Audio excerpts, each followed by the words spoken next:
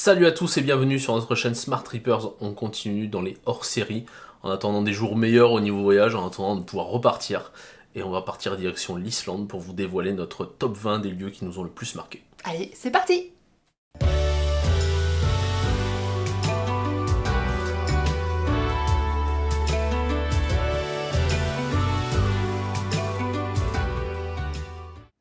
Alors si vous avez suivi nos aventures l'été dernier en Islande, vous savez peut-être que c'est la troisième fois que nous étions rendus sur l'île de Feu et de Glace. On y a passé au total, lors de nos différents séjours, pas moins de 120 jours, donc c'est dire qu'on a vu des choses, été comme hiver. On a sillonné en long en large ce magnifique pays, et c'est pour ça qu'on va vous proposer aujourd'hui donc un top 20 des lieux qui nous ont le plus marqué à travers nos différents voyages. Et pourtant, ça n'a pas été facile à faire. Ah oui, c'est clair, on aurait pu faire un top 100, tellement il y a de paysages magnifiques et incroyables qu'on aimerait vous dévoiler dans cette vidéo, mais c'est pas le but, sinon elle ferait 1 heure la vidéo, donc c'est pas très intéressant. Mais en tout cas, c'est les lieux qui nous ont vraiment le plus marqué à nous, comme l'a dit Sandrine. C'est pas les lieux incontournables de l'Islande, voilà, c'est les lieux qui nous font vibrer, des petits coins isolés, etc. Mais tout ça, vous allez le voir maintenant dans ce top 20. C'est parti pour la 20e position. Alors direction le sud pour vous faire découvrir la jolie cascade de Gvernufoss. Elle est située juste à côté de la large et très célèbre Skogafoss, une des cascades les plus photographiées d'Islande. Mais ce qui va nous intéresser ici, c'est plus le côté intime de cette jolie cascade qui se trouve au bout d'une petite gorge et surtout derrière laquelle on peut passer, à l'image de la Seljalandsfoss, l'autre cascade très célèbre d'Islande, située non loin de là.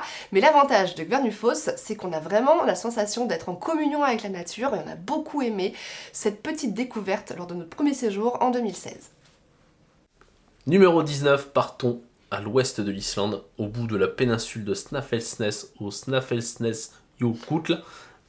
Facile à dire. Snæfellsnesjökull, où on a un panorama de dingue. On est à côté du glacier, en haut d'une montagne. On voit la partie nord de la péninsule, la partie sud, l'océan Atlantique qui se découvre et la côte déchiquetée qu'on peut voir très bien depuis le haut de ce glacier. Donc à faire absolument. Et puis si vous êtes là-bas, n'hésitez pas à aller découvrir la péninsule de Snæfellsnes. C'est une très belle péninsule. Nous on a adoré ce petit coin d'Islande. Magnifique. Alors direction maintenant les fjords de l'est de l'île à l'opposé pour découvrir en 18e position le très joli fjord de Mjóifjörður. Alors c'est à nos yeux l'un des plus beaux fjords de l'est de l'Islande. Elle a un côté vraiment solitaire, peu visité, sauvage avec ses petites cascades qui dévalent le bord des côtes quand on arrive sur le fjord. C'est vraiment superbe avec l'épave en bord de l'eau en bas.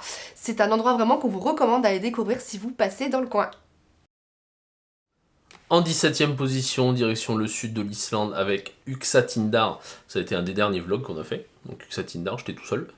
Mais j'en ai bien profité, en tout cas c'était dantesque, c'était merveilleux, c'était voilà, avec les nuages au-dessus d'Uxatindar, ça avait un côté vraiment fou de fin du monde. Donc c'est une très belle montagne, c'est un très bel endroit, c'est une très belle région où je vous invite à aller vous perdre. Et se perdre, c'est pas un mot choisi au hasard, parce qu'il faut vraiment aller se perdre pour aller là-bas. L'accès est très difficile, mais si vous pouvez y aller, vous allez être seul au monde et vous allez profiter à fond de cet endroit magnifique. Remontons maintenant au nord et je vais vous parler de la cascade de Dettifoss. Alors cette cascade est impressionnante parce qu'elle a le plus gros débit d'Europe, c'est un monstre. Et il est possible de s'approcher très près, surtout du côté est, où on est vraiment mais juste au ras des flots. Et la sensation est vraiment incroyable, on sent ce bruit, ce bruit sourd d'eau qui dévale, c'est vraiment à faire. Et si vous êtes là-bas, surtout profitez-en pour aller voir aussi les cascades de Selfoss et d'Afragilfoss, dont cette dernière en fait possède un joli point de vue sur la rivière Jökulsá qui a une très belle couleur turquoise. Direction le sud pour ce numéro 15, on se rend à Saggil. Saggil, c'est une petite zone qu'on a découvert un petit peu sur le tard sur notre séjour de l'été dernier. Mais c'est une zone, c'est pour ça qu'elle se classe un petit peu numéro 15, parce que je pense qu'il y a moyen de la classer un peu mieux quand on aura un petit peu mieux découvert cette zone qui a l'air merveilleuse. On se situe au sud du Mýrdalsjökull, qui est le glacier du sud. Et je pense qu'il y a des randos à faire sur les crêtes qui doivent être merveilleuses, avec des vues sur le glacier, des vues sur les plaines glaciaires, les petits ruisseaux, les petits méandres qui partent vers le sud et vers l'océan. Une zone à découvrir clairement. On reste au sud, mais on s'enfonce un peu plus dans les terres et on va parler de la très jolie cascade d'Offa et Rufos qui occupe la 14e place de ce classement.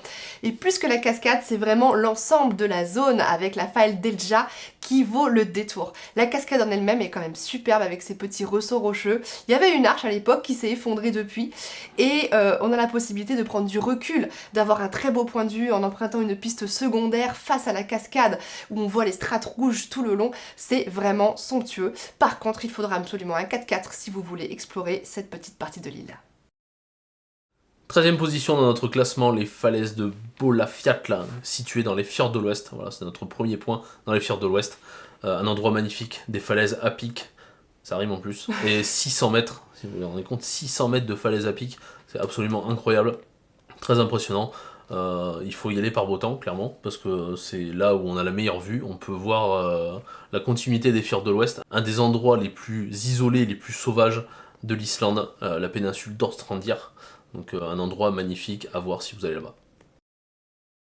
En deuxième position, voici le Skaftafeljökull, dans le sud de l'île, l'une des langues glaciaires de l'immense Vatnajökull. Alors on a apprécié beaucoup cet endroit parce que c'est facile d'approcher au plus près du glacier. On va retrouver un petit lac avec parfois quelques icebergs et surtout les couleurs sont vraiment très belles avec des reflets bleutés. On a eu l'occasion d'admirer ça en hiver, c'était vraiment très très beau. 11e position, le Kverfjotl. Kverfjotl, c'est un des endroits qui, moi Sandrine, mais moi, m'a particulièrement marqué. On se trouve au nord du Vatnajökull. C'est un endroit qui est complètement isolé. Je pense que d'ailleurs c'est un des endroits les plus isolés de l'Islande qu'on peut atteindre en voiture, en 4x4 uniquement parce que c'est une piste. Mais on se retrouve au pied du glacier qui est en train de fondre. C'est un décor de fin du monde. Il y a une petite grotte de glace qui se trouve à cet endroit-là. Alors c'est interdit d'y aller parce qu'il y a déjà eu des accidents, il y a déjà eu des morts, donc faut faire attention. Mais en tout cas, c'est si vous voulez être en communion avec la nature, loin de tout, loin du monde même, c'est là-bas qu'il faut aller clairement. On rentre maintenant dans le top 10. On va retrouver donc sur cette 10e position les deux cascades d'Aifos et Grani. Elles sont superbes. C'était un coup de cœur lors de notre premier voyage de 2016. Ce sont deux cascades qui sont dans un décor complètement fou. Elles se découvrent via une piste de 4x4, hein, donc il faut être quand même relativement bien équipé pour s'y accéder. Et on a un panorama de dingue avec ces cascades qui se déversent dans cette petite vallée encaissée. C'est vraiment un gros coup de cœur, ces deux jolies cascades d'Aifos et Grani. Partons en direction maintenant du Landmannalaugar. Le Landmannalaugar, un des endroits les plus incontournables d'Islande qui se situe dans les Highlands. C'est un cadre magnifique. Il y a des montagnes de rhyolite, des collines de rhyolite là-bas de toutes les couleurs. Il y a des phénomènes géothermiques, des sources chaudes. Vous pouvez vous baigner, qui se situe juste à côté du camping. Que dire sur le Landmannalaugar? Il y a des randos partout. Ça serpente dans tous les sens dans ce paysage incroyable.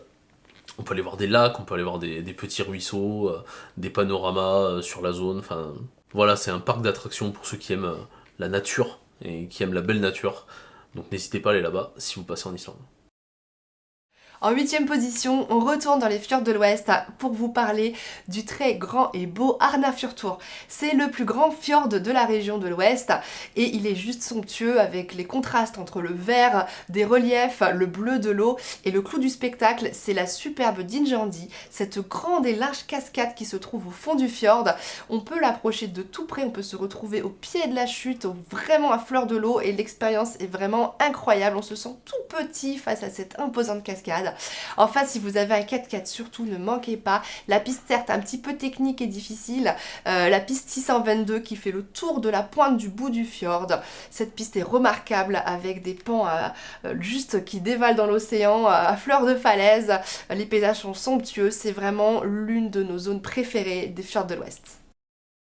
Direction le sud pour notre 7e place avec les lacs glaciaires de Fjallaserlon et Jökulsárlón. Alors le plus connu, Jökulsárlón, c'est un grand lac glaciaire qui descend du Vatnajökull avec des icebergs partout et qui sont petits, qui sont gros, qui se retournent, enfin c'est ultra fascinant à voir. Il faut y aller absolument. Et Fjallaserlón qui est un petit peu plus intime, où la langue glaciaire est un petit peu plus proche, où il y a un petit peu moins d'iceberg, mais tout aussi agréable à regarder. Et puis le contraste entre l'été, parce qu'on est l'été et l'hiver, est absolument fascinant pour ceux qui aiment faire de la photo. En 6e position, on va retrouver la chaîne du lac Aguigar. La chaîne parce que cette faille est absolument immense, une centaine de petits cônes volcaniques qui ont marqué l'histoire et qui sont à découvrir lors d'une expédition dans les Highlands en 4x4. Le point culminant de cette chaîne, c'est le sommet du Laki, au sommet duquel on a une vue absolument incroyable, aussi bien sur la chaîne de volcans que sur les glaciers environnants. C'est à faire surtout quand il a plu, parce que les mousses qui sont vraiment très présentes dans cette région ont une couleur absolument fantastique quand elles sont humides. Et après, il n'y a pas que cette vue, il y a aussi toute la boucle du Laki, et notamment par la piste F216 qui offre des paysages absolument incroyables. On a aussi des panoramas à découvrir, notamment le panorama qu'on va retrouver au bout de la randonnée qui mène à Lambavatn, qui est magique et très très peu connu. Et puis on va également se balader au milieu des cratères et des petits cônes volcaniques, notamment des cratères remplis d'eau. Bref, cette zone est absolument exceptionnelle. Pour la 5e place de notre classement, direction le centre de l'Islande, à Veradalir. C'est une zone qui est géothermiquement active. On a adoré s'y rendre en 2016, on a adoré s'y rendre l'année dernière, en 2020. C'est à couper le souffle, il y a des sources chaudes de partout, il y a des petites balades qui nous mènent au milieu des collines qui sont ocre, blanches, jaunes. Enfin voilà, il y a des petits panoramas sur un petit peu la zone aux alentours, c'est une de nos zones préférées d'Islande, c'est pour ça qu'elle rentre dans le top 5 de notre classement. En 4e place, on va retrouver un monument, un autre incontournable de l'Islande, c'est la caldeira d'Askja, avec le petit cratère et le lac Viti qui donne sur le grand lac bleu d'Ogjuvatn. Ce décor est absolument fou, il est relativement facilement accessible bien qu'il soit situé au bout d'une piste, et c'est vraiment un décor qui marque, notamment avec les dégradés de bleu entre les eaux du petit cratère Viti, qui sont en plus des eaux où on peut se baigner si vous avez le courage de descendre au fond du cratère. On peut même y entendre gronder la terre. Et puis on a aussi le contraste donc avec le lac Ogjuvatn derrière, qui en plus si vous venez tôt dans la saison peut être enneigé. Bref, c'est un grand coup de cœur et un panorama absolument immanquable de l'Islande. On attaque le podium de notre classement avec la 3e place, et sur la 3e place on va y mettre le Veiðivötn. Le Veiðivötn, c'est une zone qu'on connaissait pas, parce que c'est une zone qui est quand même assez méconnue, il faut le dire, avec plein de petits lacs, il y a des petits lacs partout, c'est magnifique, il y a des pistes qui passent entre les lacs, donc on peut serpenter là-dedans, on peut se régaler, aller les découvrir un petit peu tous. Il y a des méandres de ruisseaux qui s'échappent du Vatnajökull, ça donne des paysages de dingue. On a fait beaucoup de drones là-bas parce que nous on s'est régalé au niveau des paysages, et ça mérite largement sa 3e place dans notre classement. Sur la seconde marche du podium, on retrouve le Langisjord. C'est un de nos coups de cœur de l'an dernier de 2020. Ce long lac des Highlands qui n'est accessible qu'en 4x4 a un paysage absolument grandiose. Les images parlent d'elles-mêmes, avec ces petites îles, ces collines et les glaciers en toile de fond. Et en plus, on a un petit camping qui permet de passer la nuit au bord du lac et de se réveiller dans ce sublime paysage. C'est juste une expérience à ne pas manquer si vous avez la possibilité de vous y rendre, d'autant plus qu'il y a de nombreuses randonnées qui permettent de s'avancer un petit peu ou de prendre de la hauteur pour avoir de très beaux panoramas sur le lac.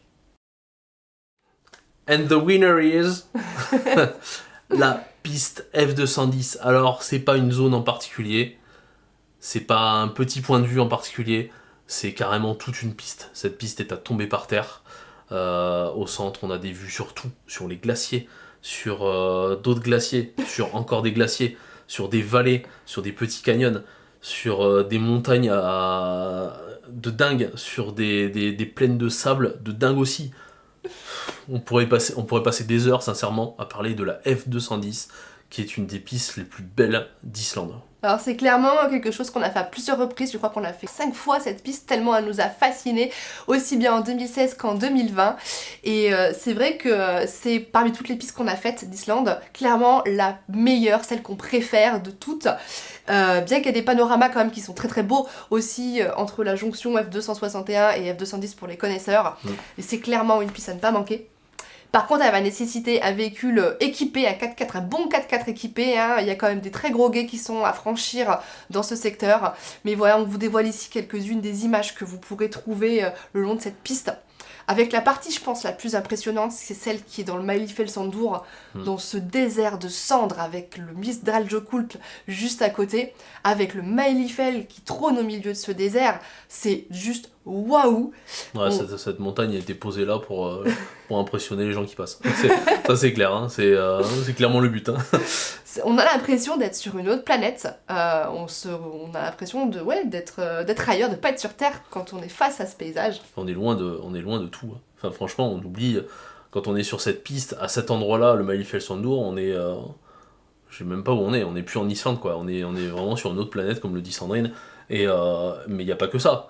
Il y a des guets qui sont à franchir et qui sont très impressionnants à franchir. Il y a le Rodibotn. Oui, Rodibotn, c'est mon coup de cœur de 2016. C'est un endroit très peu connu qui s'accède en fait à pied. Et là, on découvre ce petit cratère rouge avec les méandres de la Holmsa derrière qui forment un paysage complètement dingue de cavités, de méandres. Ah ouais, c'est une zone vraiment qui m'a fascinée, que j'ai adoré découvrir avec le Mælifell dans le fond. Donc pareil, il y a encore un petit coin aussi à découvrir. Il y a des sources chaudes aussi qui sont accessibles un petit peu au nord de la 210. Et puis un des panoramas aussi les plus beaux, c'est quand on descend sur Aflavatn, dans cette vallée de petits pics. C'est juste waouh. Voilà, je pense qu'on pourra en parler des heures de la F210. Ouais, il y a une palette de paysages différents, complètement fous, qu'on a trouvé sur aucune autre piste en Islande. Et donc c'est pour ça qu'elle trône fièrement en haut de notre podium. Et donc c'est sur ces belles images qu'on va vous quitter. J'espère que on a pu vous faire vous évader un petit peu dans ces temps un petit peu moroses. Et que vous allez nous mettre un petit like parce qu'on essaye de vous faire voyager un petit peu avec nous. Et surtout, dites-nous en commentaire si vous avez aussi des endroits qui vous ont vraiment marqué, hein, sans parler bien sûr des grands incontournables, parce que là on pourrait les lister, ils sont aussi à retrouver sur notre site internet, hein, Oui, sparkhippers.com. Il y en a beaucoup d'autres. Il y a le cercle d'or, il y a tout le tour de la route. Cascades, voilà, il y a beaucoup de choses qu'on n'a trucs. volontairement pas dit parce qu'elles sont très belles, mais ça nous a pas marqué, Mm. même si voilà, en Islande, on redit encore, tout est beau. Et si vous avez des pépites, en tout cas, mettez-les dans les commentaires, il n'y a pas de problème. On se les mettra dans notre petit calepin de voyage. Et puis la prochaine fois qu'on ira, on fera ce qu'il faut là-bas pour vous ramener des images. Et on les gardera dans la tête aussi. Surtout, n'oubliez pas de vous abonner si c'est pas déjà fait pour être au courant de nos prochaines vidéos, mais aussi de la suite de nos aventures, puisque bien que pour l'instant on reste en France quelque temps, on espère vite repartir pour un long périple dès que possible. Il nous tarde. Hein. Et en tout cas, en attendant, portez-vous bien. Et on vous dit à la prochaine. Allez, à ciao ciao! Ciao!